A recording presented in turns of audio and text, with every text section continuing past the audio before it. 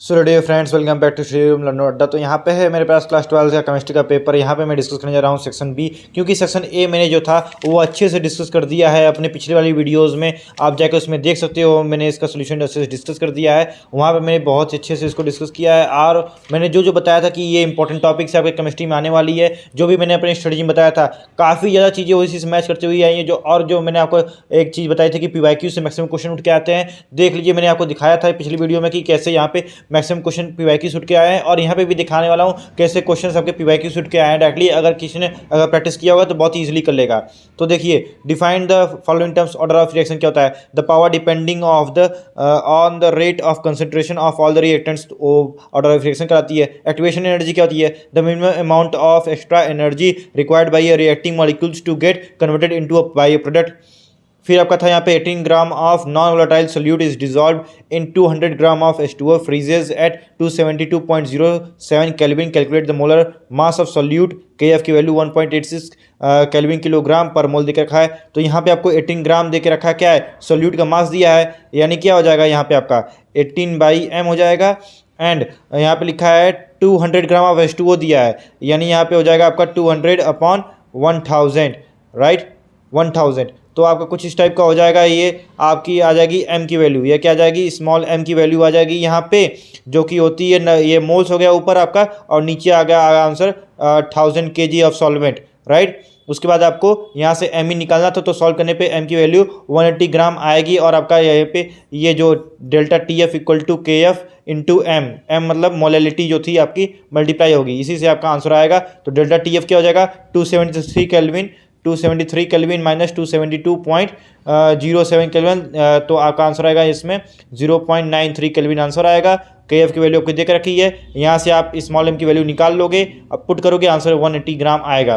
फिर which compound in the given pair would be undergo SN2 reaction at the faster rate. तो भैया जिसका जो बेटर लिविंग ग्रुप रहता है बढ़िया से निकल जाता है यहाँ से, तो इसमें से ये वाला हो जाएगा, इसमें से पहले निकलेगा। क्यों, क्योंकि बेटर लिविंग ग्रुप माइनस यहाँ पे जो आई है आपका आयोडीन है, वो जल्दी लीव कर देगा कंपेयर टू द BR।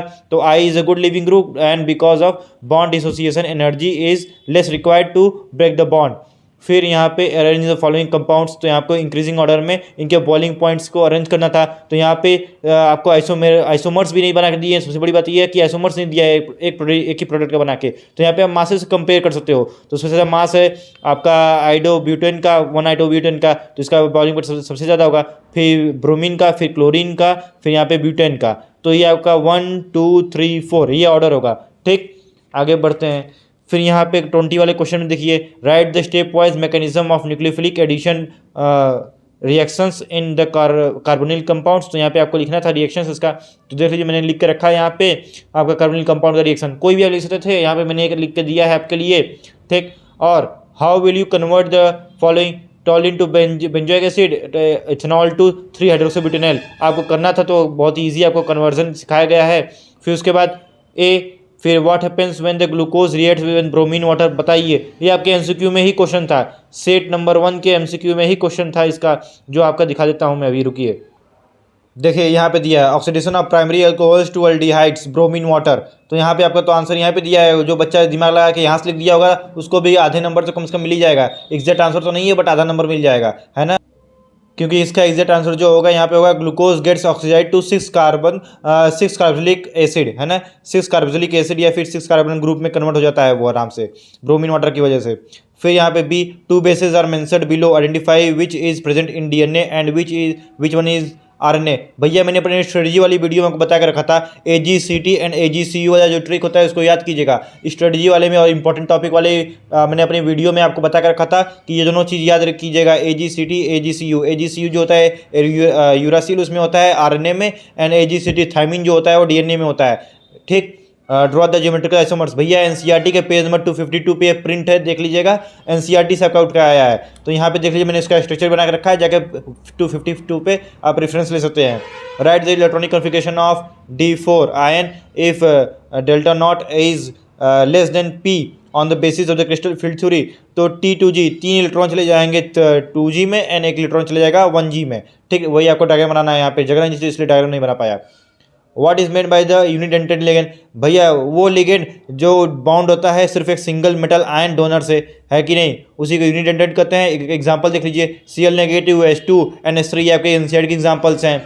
यहाँ पे आपको सिंपल से कैलकुलेशन करना था, है कि नहीं, सब कुछ आपको दे के रखा है, ई नॉट दिया है, फिर यहाँ पे आपके कंसंट्रेशंस भी दे के रखे हुए हैं, फॉर्मूला लगाना है, नेक्स्ट इक्वेशन आंसर तुरंत आ जाएगा। log 10 की भी वैल्यू 1 दे के रखा है। फिर ये जितने हैं मैंने आपको नेमिंग रिएक्शंस बताया था, भैया नेमिंग रिएक्शन याद कर लेना, 10 इंपॉर्टेंट 10 से 12 मैंने नेमिंग रिएक्शन आपको याद करवा बताए थे, उसमें से देख लीजिए आपके 4 आया है, 4 में से कोई 3 आपको करने थे, तो विलियमसन, फ्रिडलक्राफ्ट, सेलेसन, एनिसोल का, रीमर टाइमन, नेमिंग रिएक्शंस आपको आ गए हैं इजिली।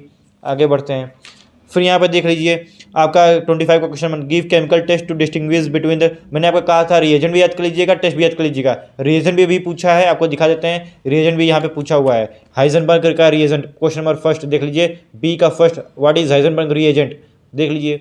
फिर उसके बाद यहाँ पे आपका NaHCO3 से पता चल जाएगा कि भैया ये दोनों हम लोग डिस्टिंग्विश कर सकते हैं इनसे, और प्रोपेनल एंड प्रोपेनॉन, प्रोपेनॉन को हम लोग, प्रोपेनल ये क्या है, एक कीटोन है, एक एल्डिहाइड, टॉलन टेस्ट से हम लोग क्या कर सकते हैं, डिस्टिंग्विश कर सकते हैं, इजी है।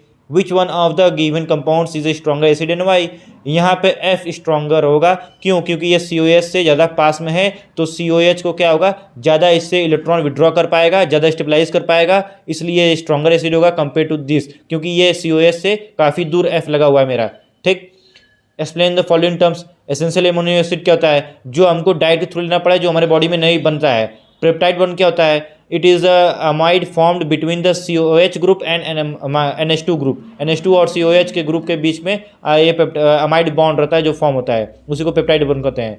डीनेचुरेशन क्या कहते हैं, डीनेचुरेशन उसको कहते हैं जब सेकेंडरी टर्सरी हमारा स्ट्रक्चर जो होता है डिस्ट्रॉय होता है, बट प्राइमरी हमारा इंटैक्ट रहता है। ये भी आपके एनसीईआरटी से पूछा गया है, सिंपल टर्म्स हैं, बहुत डिफिकल्ट पेपर नहीं है, इसमें 40+ मार्क्स इसको करना बहुत ही ईजी था। यहाँ पे IUPAC नाम लिखना था, इतना फिर दूसरा आपका आ गया IUPAC 1 2 3, यहाँ पे अब क्या करना है, 3 ब्रोमो 1 क्लोरोसाइक्लोहेक्सेन हो जाएगा आपका आंसर, वेरी सिंपल। अब कुछ बच्चे इसमें बेंजीन या फिर बेंजोइक एसिड भी करके आए होंगे, है ना, उनका तो बतिया अलग है। The presence of NO2 group at ortho और para position increases the reactivity of haloarenes towards the nucleophilic substitution reaction, give reason to explain the above statement. तो इसका बहुत सिंपल सा है, जो NO2 ग्रुप होता है वो इलेक्ट्रॉन बेंजीन रिंग से ज़्यादा विड्रॉ कर पाता है, और क्या कहता है, जब वो बेंजीन रिंग से इलेक्ट्रॉन विड्रॉ करता है तो उसकी वजह से वो फैसिलिटेट करता है कि न्यूक्लियोफिलिक रिएक्शन जो है, न्यूक्लियोफिलिक अटैक उसके ऊपर जल्दी आसानी से हो जाए, है ना, it facilitates the attack of the nucleophile, simple. और जो यहाँ पे क्वेश्चन नंबर 6 देख लेते हैं, what happens when ethyl chloride is treated with the alcoholic potassium hydroxide. यहाँ पे आपका एल्कोहलिक पोटेशियम हाइड्रोक्साइड है, एल्कोहलिक KOH है, ना कि यहाँ पे एक्विसियस KOH। एक्विसियस KOH के साथ अलग रिएक्शन का रिजल्ट आएगा आपका, वहाँ पे आएगा C2H5OH आएगा आंसर आपका, ठीक ना, C2H5OH आंसर आएगा। यहाँ पे आपका आंसर एल्कोहलिक KOH है, तो यहाँ पे दूसरा आंसर आएगा। तो जिन्होंने C2H5OH का कहा है उनका गलत है, यहाँ पे इथाइलिन फॉर्म होगा भैया। CH3CH2Cl जब आपका एल्कोहलिक KOH के साथ रिएक्ट करेगा तो CH2 double bond CH2 plus HCl form होगा, जो कि ये थाइलिन फॉर्म होगा यहाँ पे, ठीक ना। और देख लीजिए, फिर ये मैंने आपसे कहा था हाफ लाइफ रिएक्शन, और जो आपका 75% 99.9% वाला आता है स्ट्रेटजी में, मैंने आपको साफ बताया था कि बहुत ज़्यादा इंपॉर्टेंट है, इसको तैयार कर लीजिएगा, छोड़ मत जाइएगा। यहाँ पे देख लीजिए पेज NCERT में आपका पेज नंबर 111 पे है, एग्जाम्पल 4.8 आपका यहाँ पे ये NCERT का एग्जाम्पल उठ के आ गया है, और मैंने आपसे कहा था भैया इन टेस्ट क्वेश्चन मत छोड़ के जाइएगा। देख लीजिए आपके जो मैंने बोला था मैक्सिमम क्वेश्चन वहीं से आए हैं, बहुत ज़्यादा डिफिकल्ट पेपर नहीं था, अगर आपने अच्छे से पढ़ा होता तो इसको कर लिए होते। Section D and section E मैं अगली वीडियो में डिस्कस करूंगा, क्योंकि वीडियो ज़्यादा लंबी नहीं करना चाहता हूँ। MCQ का जैसे मैंने छोटी वीडियो बनाई, इसकी भी 8 मिनट 9 मिनट के अंदर वीडियो बन गई है, उसी तरह मैं भी उसको बनाऊंगा 8 से 9 मिनट के अंदर, ताकि आपका कम से कम समय में ज़्यादा से ज़्यादा आपको कवर हो जाए। और फिजिक्स का भी सोल्यूशन वीडियो इसी तरह लेके आऊँगा, सब्सक्राइब रहिए मेरे चैनल पर। जय हिंद। एंड फिजिक्स का पेपर फोड़ के आना भैया, उसके लिए भी स्ट्रेटजी में कर लेके आने वाला हूँ।